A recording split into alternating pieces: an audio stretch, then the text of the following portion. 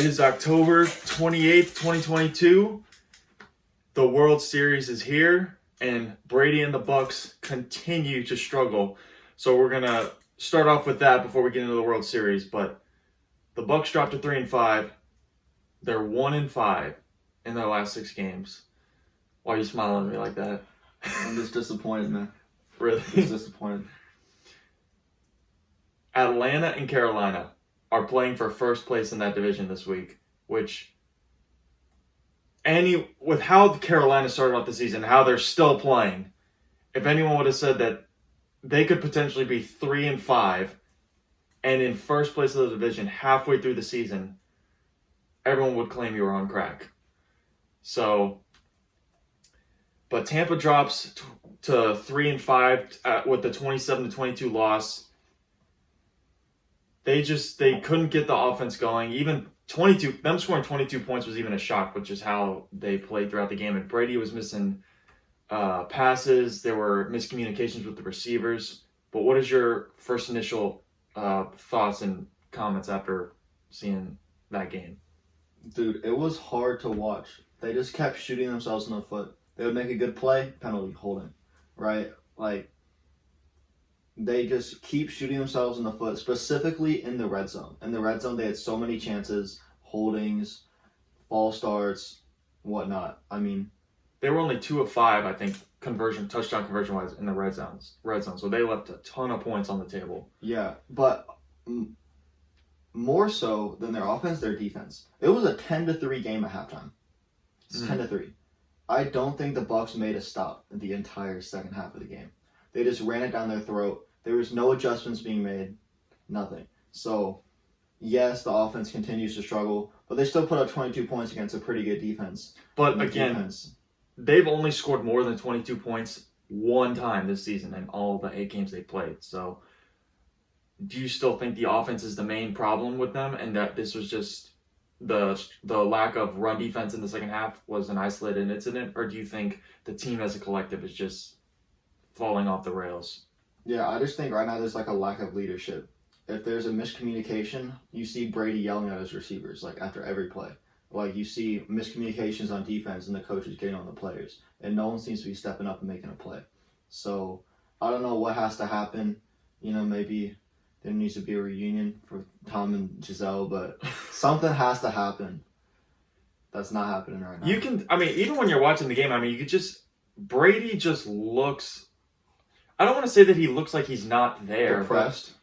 Sure, you could say that, but he just, the way he carries himself, his presence, just the look on his face when the camera zoom in on him, he just doesn't look the same, which, I think we'd be stupid to think that the divorce and all the outside stuff that's going on doesn't play into a factor of that, at least a little bit. But, I really don't know what the Bucs can do at this point. They're fortunate that their division they're in is probably the worst division in all of football. So I think that whoever wins that division is going to be, based on how the Bucs are still playing in them, I think 9-8 is the record that's going to win that division at best, unless some miracle happens where Tampa just starts playing super well. But that's really hard to see at this point. And Todd Bowles was making comments. They were asking him after the game, last week after they lost to Carolina, they're asking him about potential changing up the staff and firing people or whatever.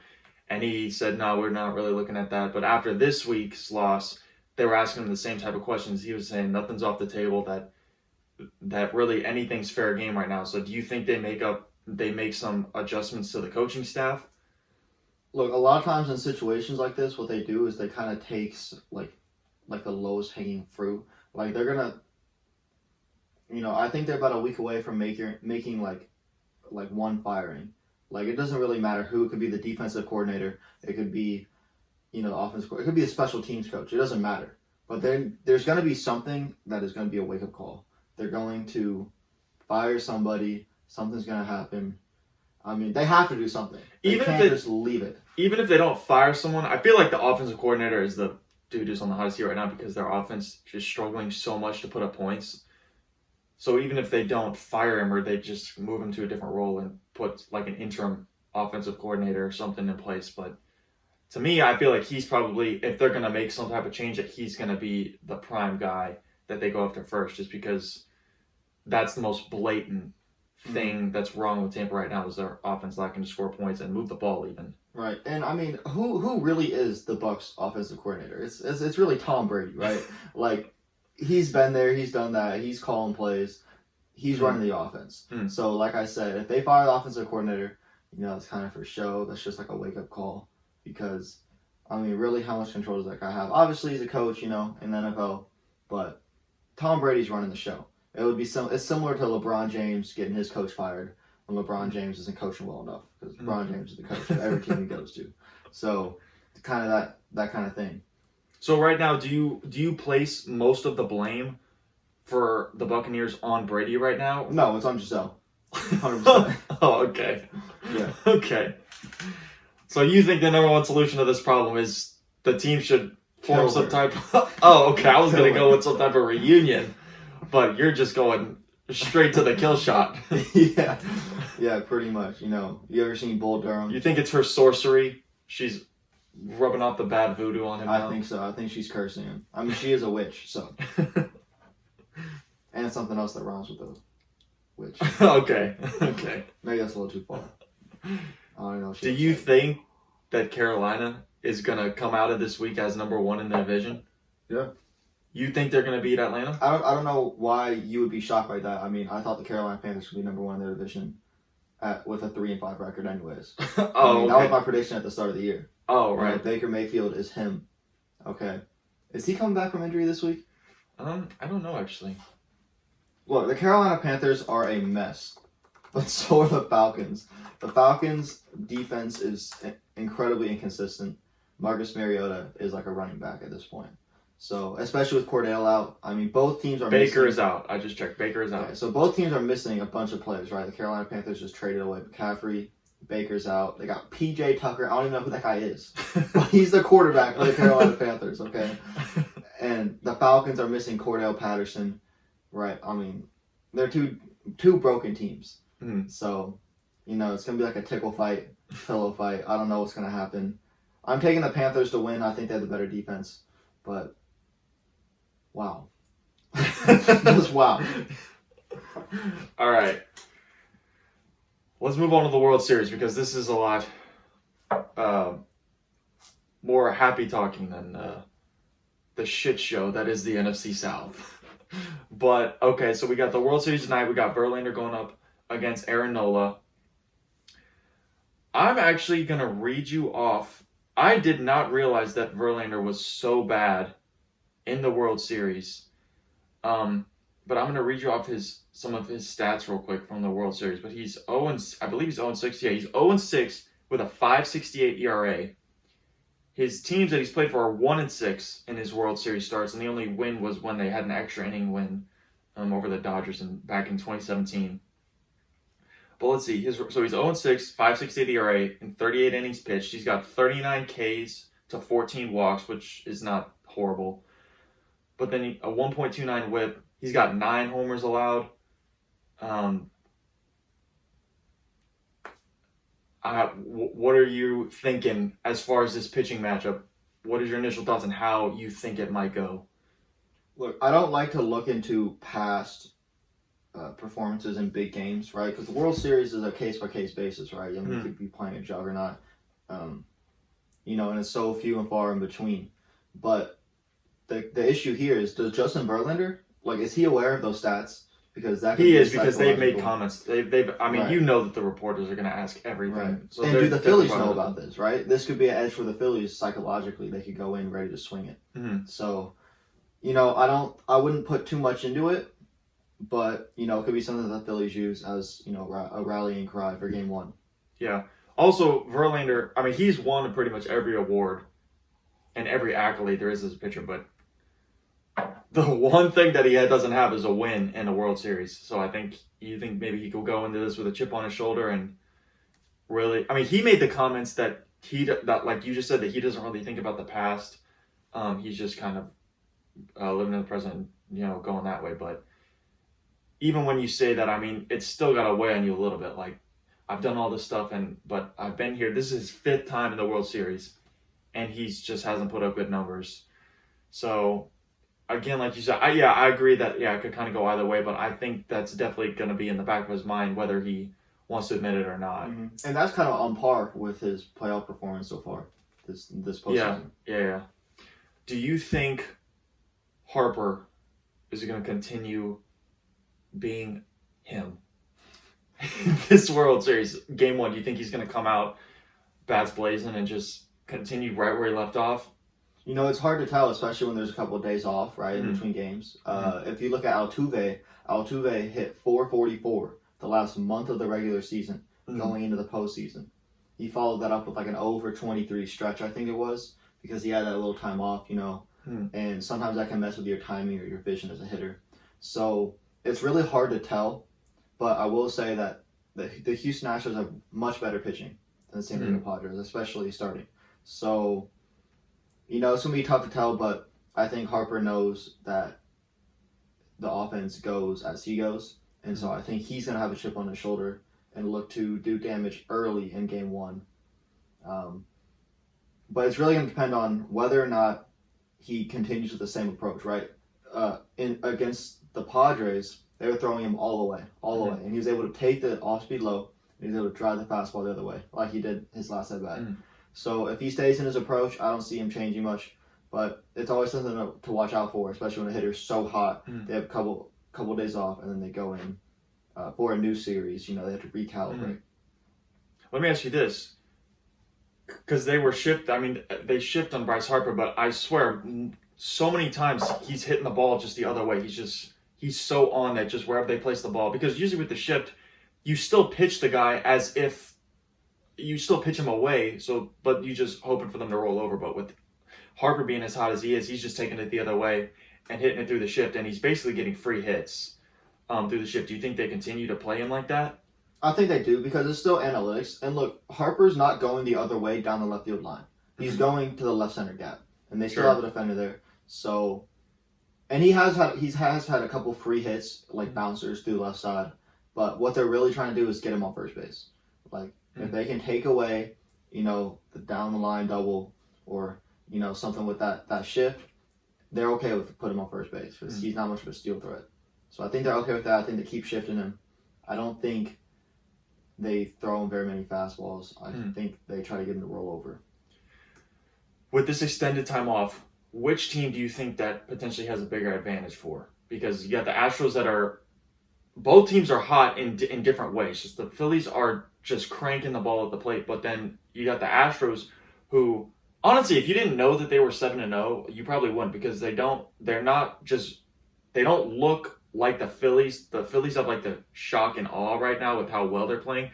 The Astros have just been playing solid and getting wins.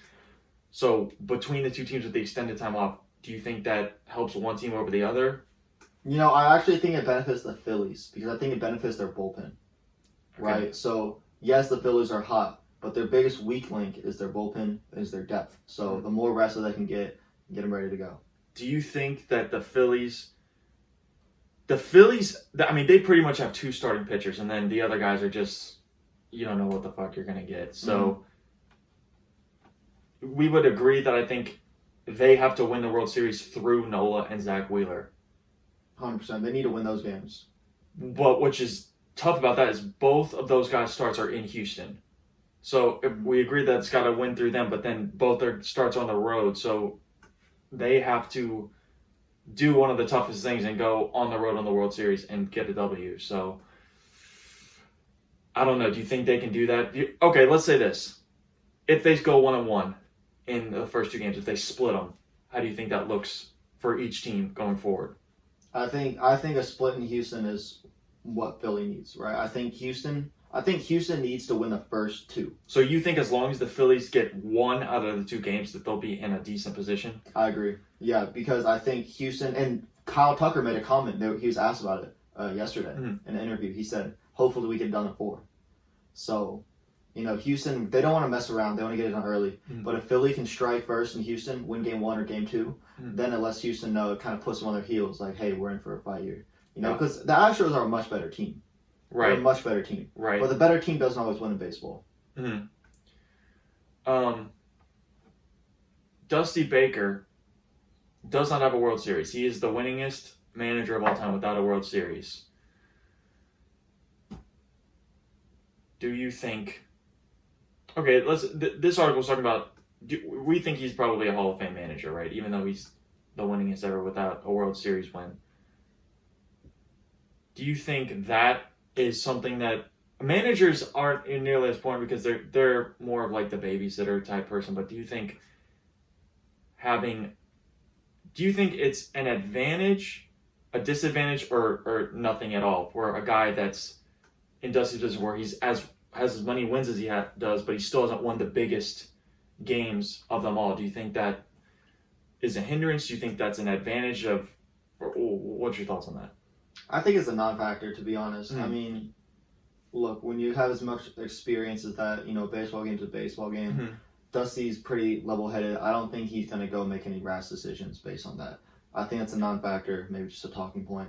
Mm-hmm. But Dusty Baker is one of the best managers in the league right now, and I think that the Astros have an edge managerially over the Phillies because of that. So I don't see that being a factor. However, this will solidify his legacy as a manager if he wins the World Series this year. Mm-hmm. What do you think? What does Nola have to do tonight to get a win? The Phillies need 7 innings out of him. Okay. They need 7 innings out of him. When Nola is his best, he's able to throw the breaking ball on both sides of the plate. He can throw into lefties and low and into righties, throw the changeup low and in. So he has to be able to command both off-speed pitches at any point in the count, right? When you're seeing Tuve, Bregman, Jordan, those guys are early swingers. So you got to be able to throw the off-speed, get ahead that way, maybe pitch backwards. But they need 7 innings. How about Verlander? What do you think that he needs to do? I think Verlander needs to get through the first 3 innings unscathed, or 1 run or less. I think if he gets the first 3 under him, he seems to get stronger as the game goes on. Mm-hmm. So, I think with the high fastballs, I feel like it plays into Phillies' advantage. He goes high fastball, sliders away. Mm-hmm. All right, and I think the Phillies showed that they hit high fastballs pretty well last series. Mm-hmm. So if he can get through the first time through the order, I think that Verlander will have the edge over Nola after the 3rd, 4th, 5th inning. All right, so then what is your prediction? Who do you think will win? What do you think the score will be tonight? 6-2 Phillies. Really? Okay, so you do think they're gonna hit Verlander? I think the Phillies are gonna put 2 on Verlander in the first inning. Really? Yeah. 6-2. That's solid. I think that the Phillies are gonna have to score 5+ runs a game to be able to win, because I don't think that their pitching can contain them. And again, if Altuve, I feel like going back to the extended time and who we think it benefits. You think it benefits the Phillies? I think as a player individually, it's going to benefit Altuve more than anything, because the fact that he broke out of that slump with just a couple of kind of dinky hits. So you ended that horrible streak, and then you get a few days off to kind of recoup and get yourself together again. I think he's going to be the one that benefits the most. And even though I want the Phillies to win and I'm rooting for the Phillies, I have a bad feeling that Altuve is going to, I don't want to say surprise everyone because of the player that he is, but I think that if the Houston Astros win the World Series, that he will be the MVP. I think he is going to play that well. So he's the X factor. I do think Altuve is, yeah. Okay. I do, yeah. And going along those same lines, what team, or you can go on players if you want, but what team has more at stake in this World Series?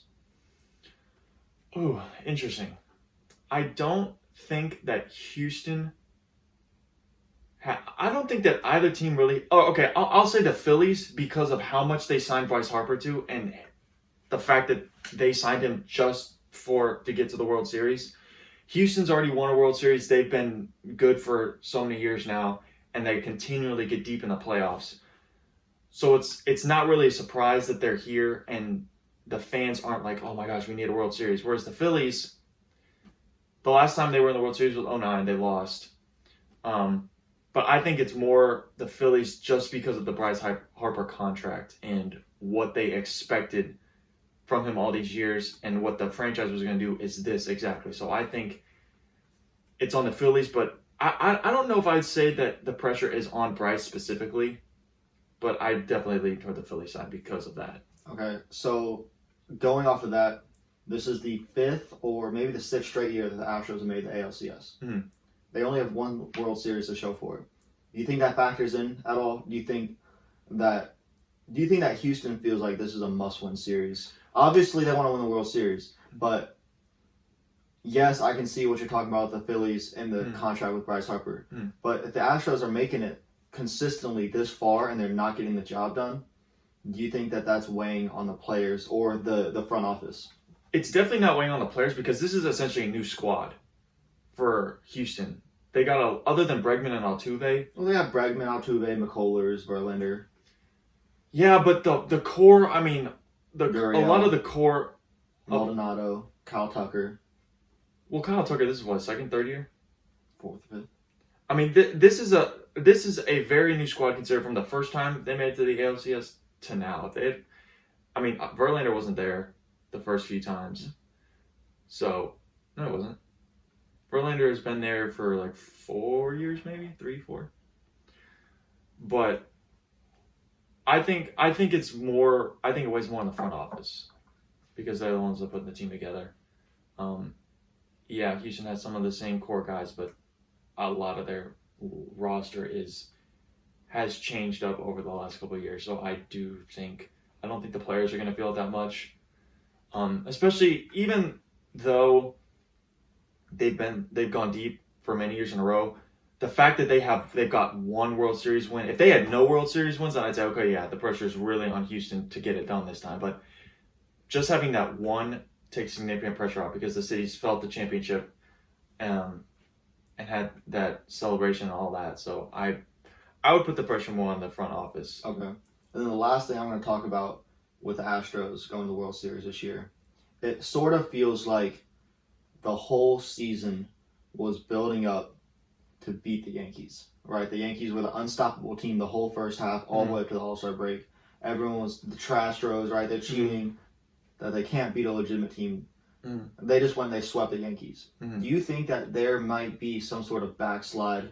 You think mentally they might ease off the pressure, ease off a little bit, because, they sort of accomplished what it feels like they set out to do, which is show they're the best AL team. Do you think that they're going to take a step back now? Do you think that their play might? No, I don't, because the Yankees were basically average at best in the second half of the season. So I don't think that stigma around the Yankees is as strong as it was in the first half because of the juggernaut that they were originally. And then the Yankees fell so far down, but they were just so far ahead in the first half that they were able to do that.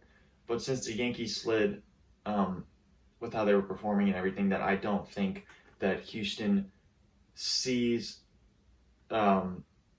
because the most recent thing is what's going to be present in your mind. So the fact with the Yankees and how they played originally and just the first half of the season, I think they don't even really remember that.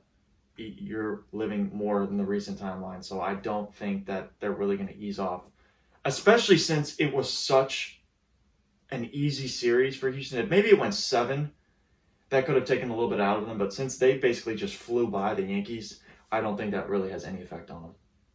All right. Okay, so I know you wanted to talk. We could talk a little bit about the Mavs last night and Luka being doing what he does. What were the numbers that I know he put up, like historic numbers? I didn't see. I know he put up 40, but I don't know what the exact line was and what you said he put up stats that no one's put up like him before. I don't know what that was. Yeah. So, look, Doncic made history last night. That was the first player ever to score 41 points, have, I think it was 11 rebounds, 13 assists, and 3 blocks. Unless I'm getting those 14 assists and 11 rebounds. So no one has ever recorded those minimums before in a game. Really? Not only did he do that, he did that against the Nets, who, yes, they're struggling, but he did that against Ben Simmons, defense-centric person, right? Sure. Durant as well. Yeah, Kyrie was playing right. So not only did he do well, and has he been playing well all year, he did it against one of the teams that's supposed to have all the superstars in the league. Mm. He did it convincingly. They won in overtime. Mm. He played all the way through. Like there was no backstep in the way he played. It was pedal to the metal the whole game. Mm. Luka Doncic is becoming the best player in the NBA. Who do you think Giannis is still probably considered the best overall player in the game right now? I think right now, Giannis or even Jokic, because the Joker is carrying the Nuggets to a 4th or a 5th seed every year. Mm. They have him and they have a bunch of role players, right? So I think Luka sort of gets a bad rap because he complains to the refs a lot. He's also in Dallas. No one likes Mark Cuban. Mm. You know, Dallas hasn't really been relevant up until the last couple of years. Mm. But, I mean, this is looking like the year. If Dallas can figure out a way to play defense, it's looking like it's the year where they win. Do you think they can do that with, because, I mean, they got JaVale McGee, which is like, JaVale McGee. I was like, the one thing that they couldn't deal with last year was they had no size, so they couldn't get any boards. They just got the fuck out rebounded by. Mm-hmm. I mean, do you think they picked up another big man too, don't they? Chris Wood. Okay, do you think those two guys are enough to be able to help Dallas do better and win the board? Well, right now Luka Doncic is leading the team in rebounding, so I think shows that. Well, he's a 6'7" shooting guard. Yeah, right? But if your shooting guard is leading the team in rebounds, that's not a good sign going forward. Yeah, maybe, or maybe it's showing that Luka Doncic is taking more of a leadership role. Right? Obviously, he's the leader on the team, but if you're in a lead, you can't just lead in points. You can't just lead in assists. Right? Obviously. Everyone saw that doesn't work out with Russell Westbrook in OKC or James Harden in Houston, right? So Luka's showing not only that he can grab boards, but working on his defense. He's way more agile this year. Left, right, laterally, he's way quicker. So I think that's a big plus for them. Also, Christian Wood is a big offensive-minded center. So to pair him with Luka in the pick and roll, and then to put JaVale McGee in there for that big body presence. Is it enough? I don't know. They may have to make one more trade at the deadline, but right now I think it's looking promising. But you think their big man is still probably their biggest? It's their biggest weakness for sure, gotcha. Or their lack of Well, Tim Hardaway is back, and Tim Hardaway is balling. So, yeah, I think the center is their weakest link as of right now. I gotcha. All right, you had a segment. Yes. That you wanted to do, so. Okay. This is a new segment called Is He Him? Okay. I'm going to name you a player or a player with a situation. Okay. And you have to tell me, is he him? Is he him for what? Of who I would want? Okay, but a little more specific. Like if you say it's a player in a situation, like he is the man who I would want to have up in that situation or what? Because if someone is him, there's one him. So give me an example. Give me an example. Aaron Rodgers versus the Bills. Okay, so do I think he's going to be the man and lead them to a win? Is kind of a thing. Is he him? That's tough because Lazard is out. He's questionable right now. He's questionable. Okay, but say even if he's probably not going to be 100% if he plays. I mean, they already have 0 receivers. Yeah, but we're talking about Aaron Rodgers. The bad man. That lost to the commies. Yes. Are they in Buffalo or in Green Bay? They're in Buffalo, aren't they?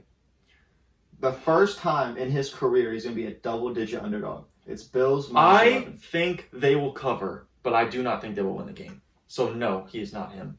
All right. Baker Mayfield. He's out. This week. Let me change that. PJ Walker. PJ Tucker. Walker, I think. Tucker. Oh, it's Tucker? See, we don't even know who the Carolina's quarterback is. Okay. Is LeBron still him? Fuck no. Okay. He's not even the him on his own team, and that team is a bunch of shithead no-shows. Well, who's the him on the Lakers? Patrick Beverly? I don't even think they have one. The Lakers, the Lakers have so many problems. I think you have to pick, like, who is the him of bricks? That's Westbrook. Okay. Who is the him of not giving a fuck? Probably Anthony Davis. He plays like he doesn't care anymore. The Lakers are just... Speaking of, Anthony Davis got hurt last night, hanging on the rim. Oh, Lord. I didn't see that. Yeah. Yeah, but to answer your question, no. LeBron isn't even... I don't know if I put him in a top 10 players in the league right now. Just, I mean, because a top 10 player in the league can lead a team. And he can't do that anymore. So, I no. Okay. Next. Breaking news this morning, Chuba Hubbard out. Okay? That's half the Carolina Panthers backfield. Is Deonta Foreman him this week in Atlanta? Last week he had 100+ yards on about 15 carries. Turn your phone off, Damien. All right. However, he had 2 long runs. Is he him? Because they're going to have to lean on him. What does Atlanta's rush defense looks like? I'm not sure. Well, the pass defense is garbage, so the run defense better be something. Falcons rush defense. Let's see. I'm not sure what they're doing. I mean, I'm sure it's definitely not in the upper half of the league. Okay, let's see. Rushing. See. Is this defense? Team stats. Okay. Okay, let's see. Okay, I don't know. But that's a toss-up. I'm going to go ahead and say yes, because I think the Panthers pretty much threw in the season, and now that they have a chance to play for first place in the division, I think they're going to come out guns blazing and give it everything they got. So yes, I'm going to say yes. And I do think Carolina gets a win in Atlanta and surprises the world. Kind of, not really, by being first in the division with a 3-5 record. Okay. Now this is going to segue into the next segment, okay, which is kind of the same thing. Okay. But San Francisco, Los Angeles Rams, Deebo Samuel is out. He's out. So I'm not going to ask you if a certain player is him. I'm going to ask you who is him. Who is going to be the X factor in that series? For San Francisco? Game 2 of the... How many carries do we think Christian McCaffrey is going to get this game? I think he's probably going to get half the snaps, maybe. I think he's going to get 50. I think they're going to try and feed him 20 touches, whether that's handoffs or out of the backfield. He's going to touch the ball 20 times.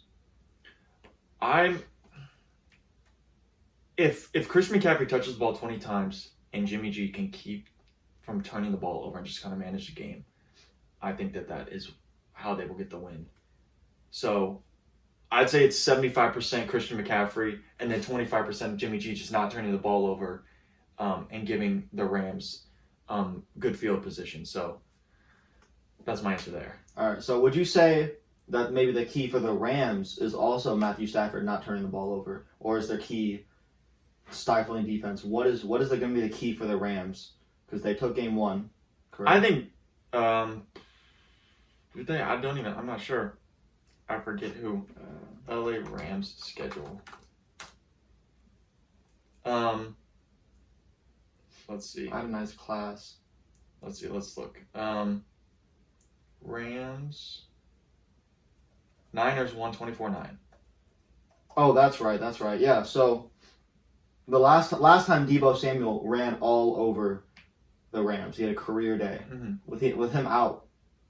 It's gonna be up to Stafford because the 49ers are not gonna score a lot of points. So Stafford needs to not turn the ball over, but move the offense, throw for 300+ yards through the pass game with a couple touchdowns. So I think Matthew Stafford is the X factor for the Rams there. And I think if he throws for 300+ yards, 2 touchdowns, I think they win. All right. That is all I have for our new segment, our daily segment. All right. I think we're going to call that a wrap for today. All right. So you got Phillies 6-2 tonight. I'm going to go Phillies. It's Nola's first World Series appearance. He's the longest tenured Philly. I think he comes out fired up. I think he throws 7 1-run innings. I'm going to go Phillies 5-1. All right. All right, later, everybody.